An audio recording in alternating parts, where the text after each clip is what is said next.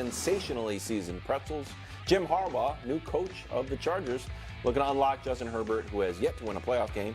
The team was riddled with injuries last year. Herbert missed 4 games. Eckler missed 3 games.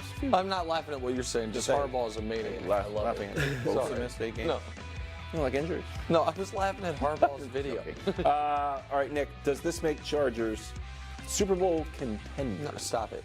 I think Harbaugh's excellent. But no, absolutely unequivocally not. I don't think people realize how bad they were. And I understand, like, okay, Justin Herbert missed the last 4 games of the year. I get that. Deshaun Watson only played 4 games. Joe Burrow only played 4 healthy games. Those 2 teams were combined, 20 and 14 on the season. Can we show the AFC standings? The Chargers were a game better than New England. And they beat us 6-0.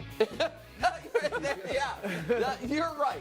They were 1 touchdown by the Patriots away from having the worst record in the AFC. And Greg, this team is going to be talent-wise worse next year than this year because they went all in.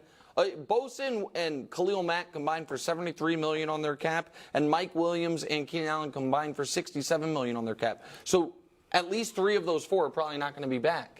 And they need offensive linemen, they need defensive linemen. So no, I think this is a great hire, and I think Harbaugh's a great coach. But their next step is get back into regular playoff contention, not Super Bowl contention. Yeah, I agree with you. I don't think this makes them a playoff or a Super Bowl contending team. However, what I do believe it will do is shift all the focus to the offensive side of the ball and Justin Herbert.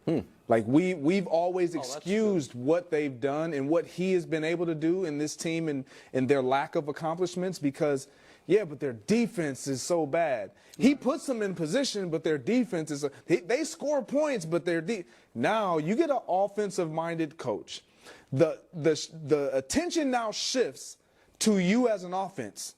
Can you overcome? Because we never said that with Patrick Mahomes because he was good enough to overcome what they didn't have defensively. And so, but you have Andy Reid as well. So I think once you pair a young quarterback who is as talented as we believe that Justin Herbert is and what he's done early in his career, and I know he's tapered off, but now you give him a guy that's an offensive mind in his corner, like the focus and the shift is going to be, okay, Justin, here we go. Let's be great. I think, Nick, the argument against them being a contender, I don't think it's the talent. Because, of course, we'll see who's there next year. But I still think they're going to be talented. And they do have the key piece, which is a quarterback. I think the argument is the cap. And well, let's see how they maneuver the salary cap. You know, because you can maneuver it. And maybe they can bring more of those guys back than losing most of them. But I think they're going to make the playoffs. Like, I think we're forgetting how good this team was.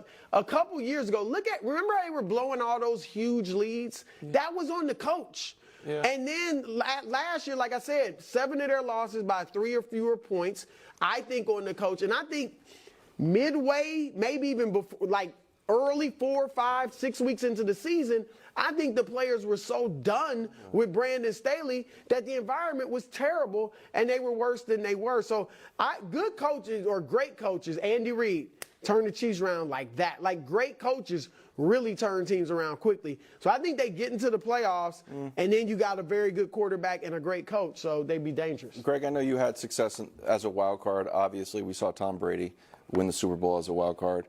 I'm shocked that Sean Payton and Jim Harbaugh could have their pick of spots and just decided to go up and basically compete for the wild card. That the AFC West is Mahomes. And maybe that's me watching Brady win the AFC East every year. Like, well, here's our path. Win the AFC East and let's make some noise. Rarely are we trying to compete for the playoffs. Compete for the wild card. And that seems like competing for the wild card. There's no wiggle room. Like, that's what you're doing now with Mahomes. You're not going to win the AFC West. What options were there?